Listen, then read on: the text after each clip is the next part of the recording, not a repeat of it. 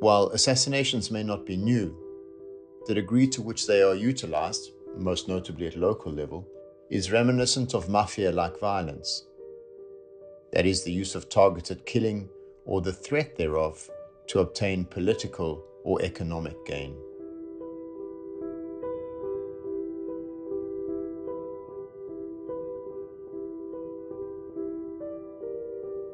In June 2020, the Global Initiative Against Transnational Organized Crime launched the Assassination Witness Project. The aim of this project is to draw public attention to the fact that, across the world, assassinations are used as a means of criminal governance. Those who fight for truth, transparency, and public integrity face grave threats of violence and death. As part of the Assassination Witness Project, we've been gathering data on assassinations from across the world. In many places, assassinations have become a daily occurrence.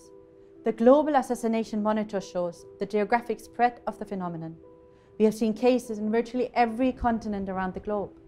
In total, the Global Assassination Monitor recorded more than 2,700 cases of assassinations and attempted assassinations in more than 80 countries during 2019 and 2020. This is the first global database of contract killings.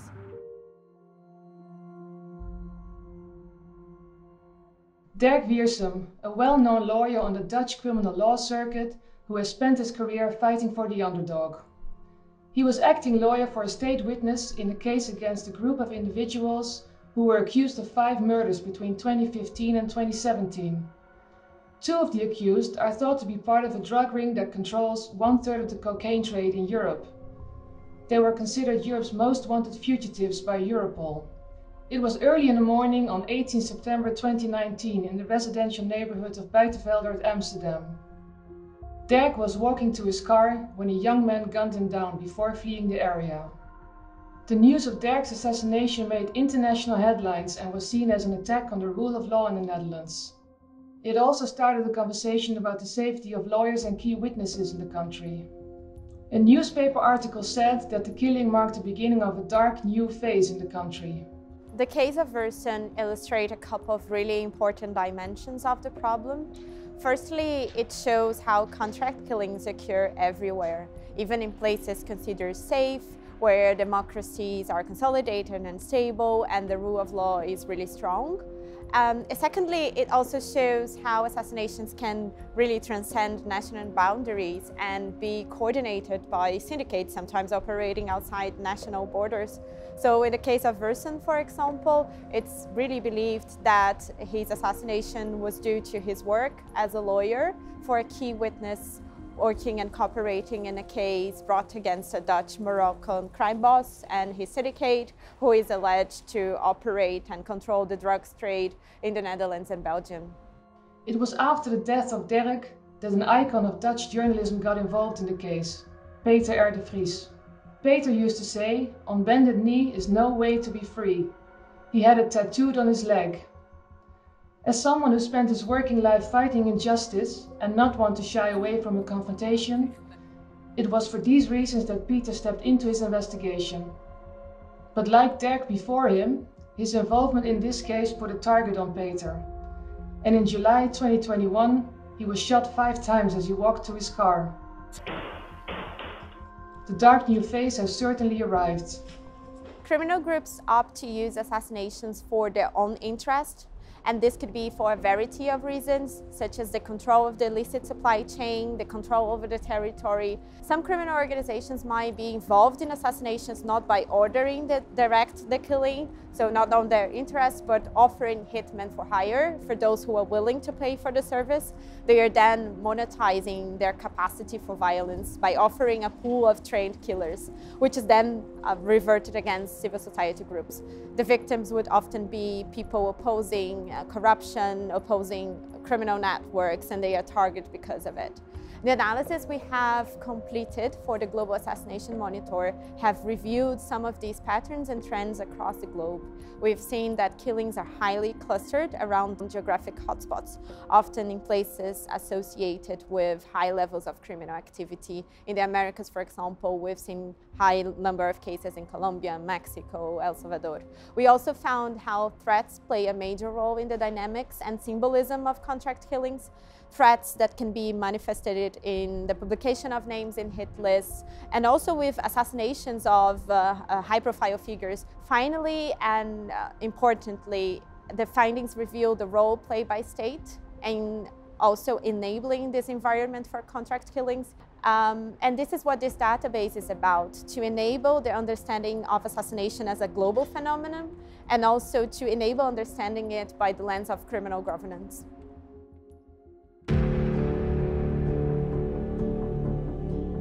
Amil Singh is a small town in the state of Morelos. It's 120 kilometers south of Mexico City.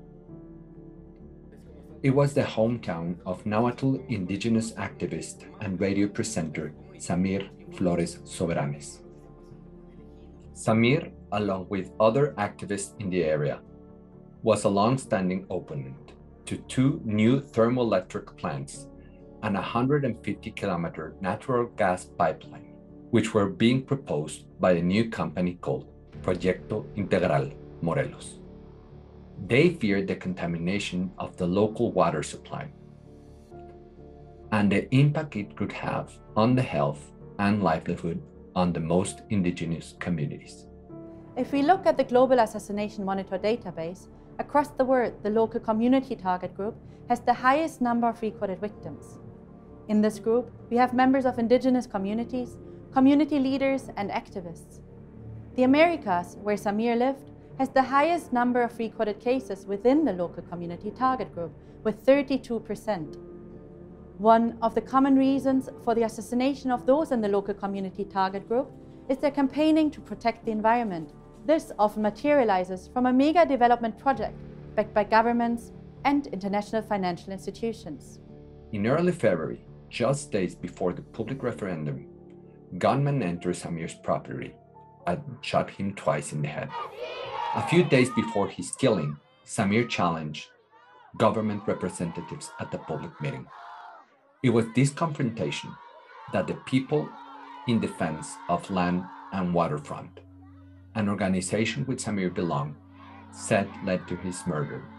It was a political assassination. The lack of transparency during the tender process and a failure to consult local communities can often lead to conflict with those trying to protect their local environment.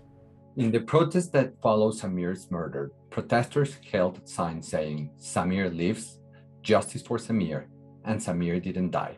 The government killed him." Those behind these killings, the masterminds, often remain unknown. Companies that collude with politics and organized crime are often seen as responsible for the threats and violence against land defenders. It is organized crime that is often contracted by corrupt companies to actually deliver the threats or carry out the killing. Assassinations are a business model in places where natural resources are abundant and where those in the local community, like Samir, are trying to protect their lands. After Samir's death, the thermoelectric plants and the gas pipelines were suspended. The judge ruled it violated local community rights. But despite the initial victory, local activists still live in fear due to a climate of impunity. And more than a year after Samir's assassination, there still hasn't been any substantial advance in the investigation.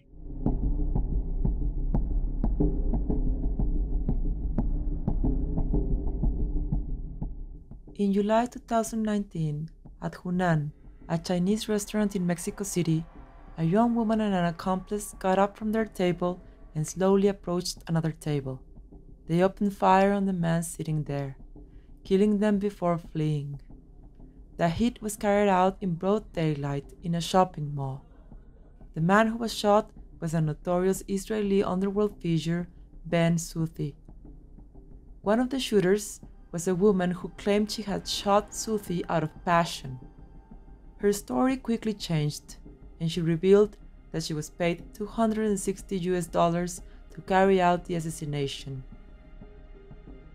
Most of the victims and perpetrators that we've seen are actually male, And more often than others, women are normally seen as victims of organized crime. But if we take a deeper look at the data, we can see a more nuanced relationship between women and organized crime.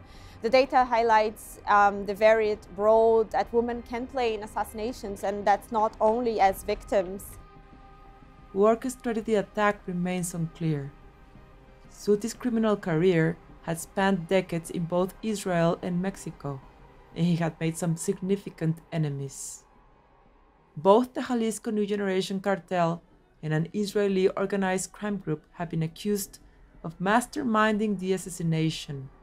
We've seen how women and girls can and do play an instrumental role in criminal activities of gangs around the world, such as taking care of finances. And the work that the GI has done in Central America, for example, we have seen how women have become a vital component in the collection of extortion money. But it's not only taking care of finances. We've seen also how women has been actively the ones that are actually perpetrating the violence.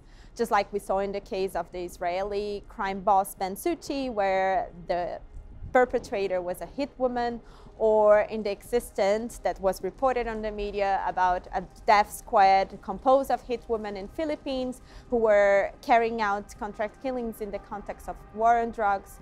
So women are expected to garner less suspicions than men, and that's why, because they are perceived as less violent, but that's not often the case.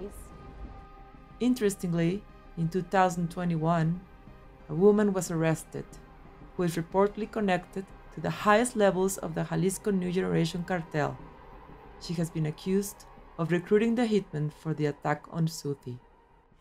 The fact that a woman is being accused of recruiting the hitman that actually killed Souti shows that women, though less frequently than men, can commission contract killings. And this is born also out of the data from the Global Monitor.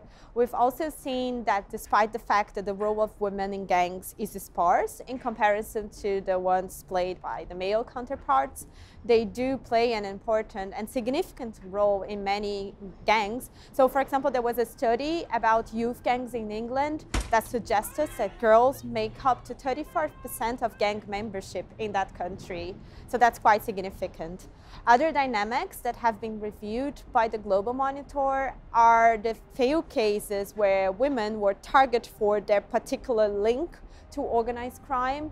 We've seen a case that was recorded in El Salvador in 2019, where a woman who was the daughter of a serving police officer was killed, and she was romantically involved with a gang member as well. But the suspicious that the driver to her assassination was her role in the collection of extortion money. Malalai Maiwand, a journalist and civil society activist in Afghanistan, passionate about women's rights. She had spoken about the challenges of being a female journalist in the country. Towards the end of 2020, as the then government of Afghanistan and the Taliban were Qatar negotiating the future of the country, there was a wave of violence and assassination taking place across the country. According to the Global Assassination Monitor database, attacks on media workers such as journalists, filmmakers, and social media creators accounted for only 7% of recorded cases globally. A figure people may find surprising given the headlines these cases usually make. Once again, the Americas and Asia are the most affected continents, with about 44% cases in each. This reflects the trend of targeting those reporting on organized crime and conflict. In December, Malalai, who was a reporter for Enacast Radio and TV, was picked up at home by her driver Muhammad Tahir, who was taking her to work in Jalalabad. It was at this moment when an unidentified masked gunman opened fire, killing both Malalai and Muhammad. The provincial governor said that assailants had fled the area. Malalai was the third journalist to be killed in Afghanistan that month. A message was being said that it's not safe to report in the country. armed conflict cases, like Malalai, have a hugely negative impact on civil society. For example, we've seen that the violence in Afghanistan led media workers and activists to self-censor. The murder of journalists in Afghanistan continued into 2021 when 3 female journalists, also from Enacast Radio and TV, were assassinated and 2 separate attacks in Jalalabad. Assassinations perpetrated by armed groups were included in the database if these groups were involved in illicit trade and the killings were targeted contract killings. These cases illustrate the nexus between crime and conflict. The methods and objectives used by armed groups are very similar to those used by mafia-style groups. Assassinations are strategically instrumental in the elimination of obstacles. Such was the case with Malalai. What's also tragic is that Malalai's mother, who was also an activist, was also assassinated by an unknown gunman just 5 years before.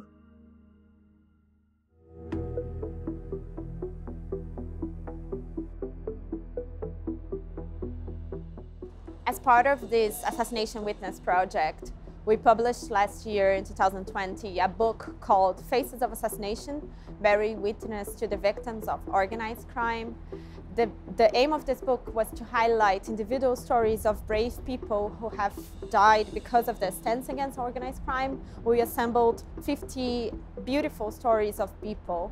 You know, if you look at any of these cases, such as Berta Cáceres, Jan Kuciak, Ahmed Vela, they all show the truly huge impact that assassinations have in societies. So it's not only about the loss of a life, but the damage this loss of life has in the communities, in the family members. It creates a culture of fear, it silences people, and it really takes a toll to rebuild this resilience. And we've all seen footages of messages being left in bodies, names being circulated in hit lists.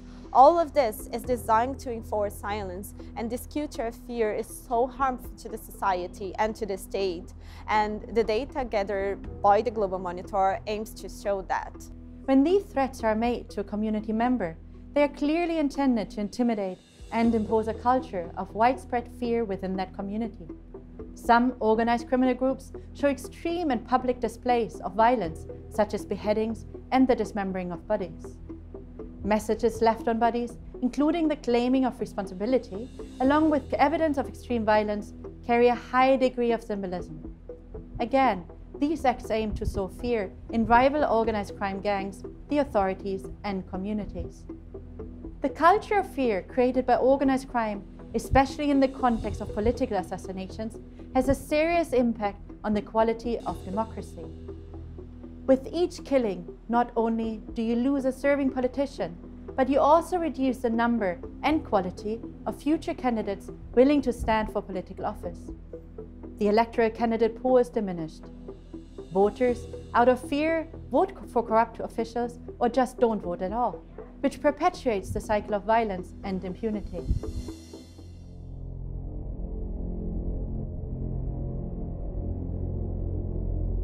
On June 30, 2016, Rodrigo Roa Duterte became the new president of the Philippines and launched his war on drugs, which has led to thousands of deaths and a spike in extrajudicial killings under the banner of the war on drugs. Politics and governance is one of the 8 categories monitored by the database.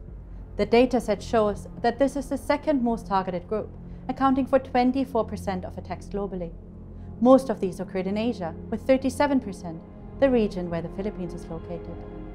Shortly into his term in office, President Duterte published a narco list. We will not stop until the last drug lord, the last financier, and the last pusher have surrendered or put behind bars.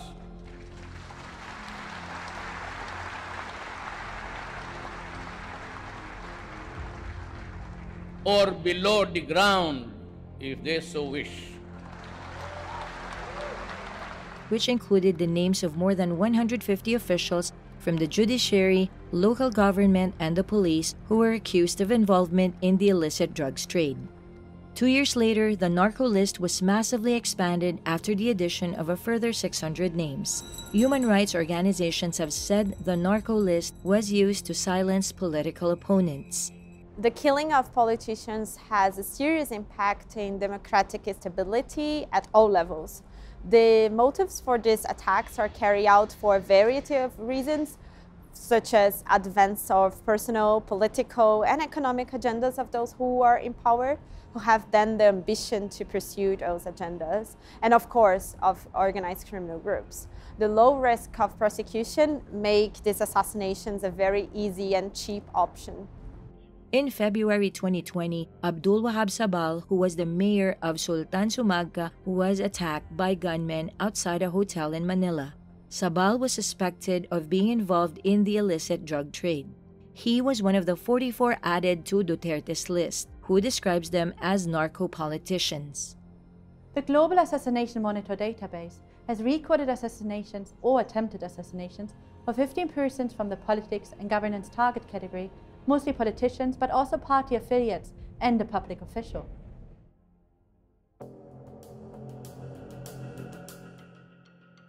On the 18th of September 2020, Lieutenant Colonel Charl Kinnear, a police investigator in Cape Town, was gunned down outside of his home.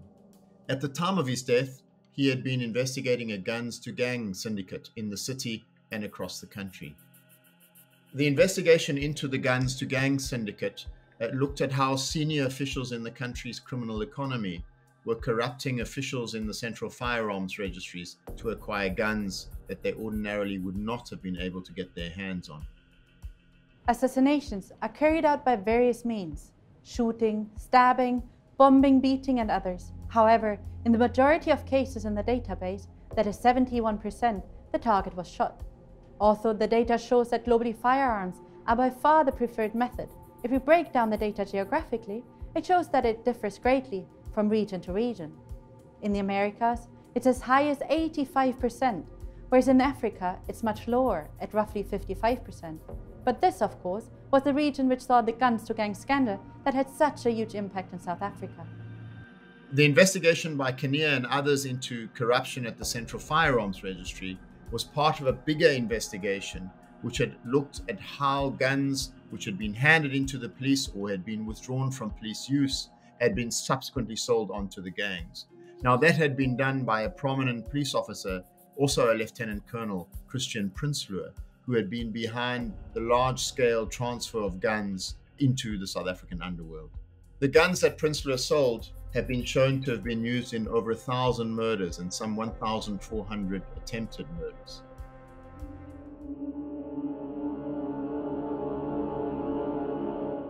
There is a municipality called Kotor in a little Balkan nation of Montenegro. This has long been a transit point for drug smuggling into Europe.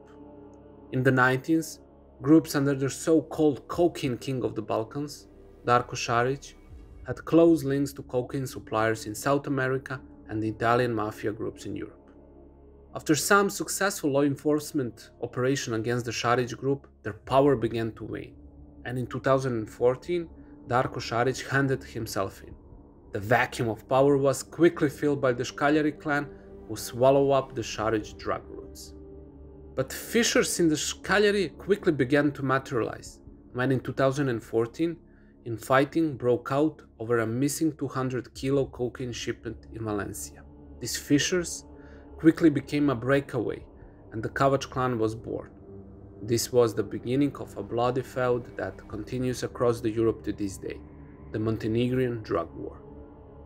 In 2015, Goran Radoman was shot and killed in Serbia. On the same day, Radoman's best friend was killed in a car bomb, setting off a serious and violent clashes in Montenegro and tit-for-tat attacks ever since. The reason why these assassinations are taking place is fundamentally economic, to control the cocaine shipment routes in Europe, but determining the actual motive behind an assassination is rarely so clear-cut. This is why the motive section of the assassinations database is subcategorized into 4: political, economic, personal, and organized crime. The Montenegrin drug war hits at least 3 of those categories: economic, organized crime, and it's certainly personal. These two criminal groups are named after two small villages very close to one another. They recruit mostly friends and family. Those assassinated are fathers, sons, brothers, and cousins. The desire for revenge runs deep, as does the concept of vendetta, which is an important part of the criminal culture of Montenegro.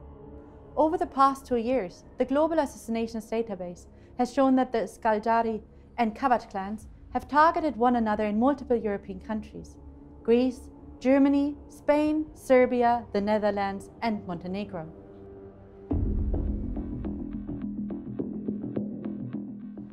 When we think about assassinations, of course, most of our attention is given to the victim. But then little is known about the people that are behind the murders. So in the Global Assassination Monitor, when it comes to the ones behind the murder, we have categorized them in two. So the perpetrator, who is the person that carries out the assassination materially, and the mastermind, who is the one ordering the killing. The relationship between the two is guided by some sort of contract. It could be through material exchange, so the mastermind paying money to the perpetrator in exchange for the killing. You can also have contracts that are involved in a non-monetary exchange. For example, a lower-ranking member of an organized criminal group or armed group or a gang, or a member of a political party that carries out the killing in order of their superiors. And then rather than money, the perpetrator will receive a reward, like an advancement in the organization. In 62% of all cases in the database, information about either the perpetrators or the masterminds was not reported. Where the information is available, the largest category was armed groups at 15%, followed by organized crime groups with 8%, and state representatives at 5%. Individual hitmen who have no link to armed groups or organized crime accounted for 5%. Then we come to the masterminds, where even less information is available. Even in high-profile assassinations, like the Brazilian politician Maria Franco, the Russian journalist Anna Politkovskaya, or the Cambodian activist Chudvuti, the masterminds of these crimes have never been charged. So the question is, why don't we know? This could be for a number of reasons. The country where the assassination took place may have low prosecution rates and high levels of impunity. It could be that the professionalism of the country killers, leaving little evidence, makes it difficult to prosecute the case. But it could also be a lack of police resources. A pattern has emerged within the database that those killings which fall under the personal category tend to provide more information on the perpetrators and the masterminds. This could be due to a lack of professionalism behind the killing or an absence of political connections that can suppress an investigation.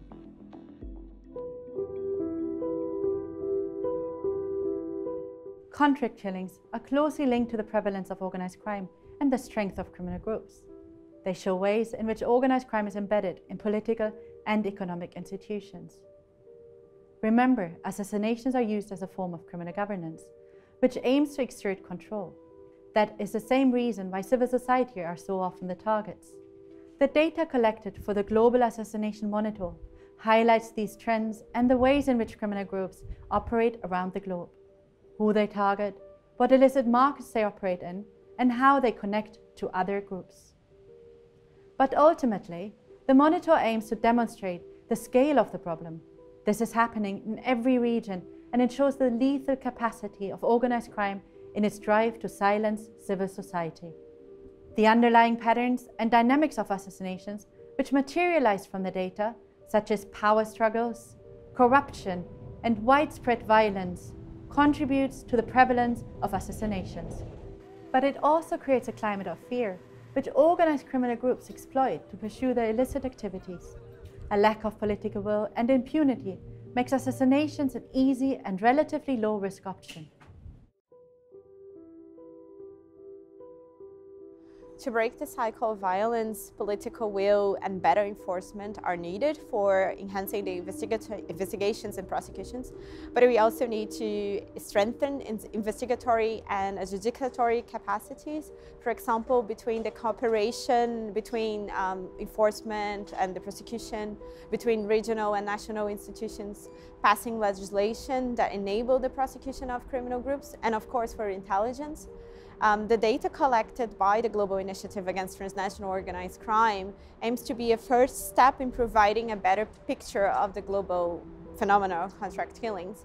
And of course, we can do more. We can improve, disaggregate data collection on assassinations. We can enhance our knowledge between methods, for example, the illicit trade in firearms and how it relates to assassinations. We can bolster corporate responsibility when we know that some companies are involved in these killings. We can also engage more civil society groups, engage with state, engage with corporations, engage with the judiciary. And above all, we need to give more protection to those who are in the front line. En Culiacán, Sinaloa, México, es un peligro estar vivo. Y hacer periodismo es caminar sobre una invisible línea marcada por los malos, que están en el narcotráfico y en el gobierno, un piso filoso y lleno de explosivos. Esto se vive en casi todo el país. Uno debe cuidarse de todo y de todos. Y no parece haber opciones ni salvación y muchas veces no hay a quién acudir.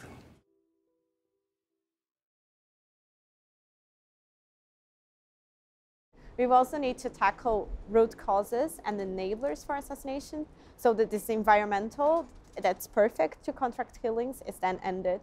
The Global Assassination Monitor can be the first small step to making these changes.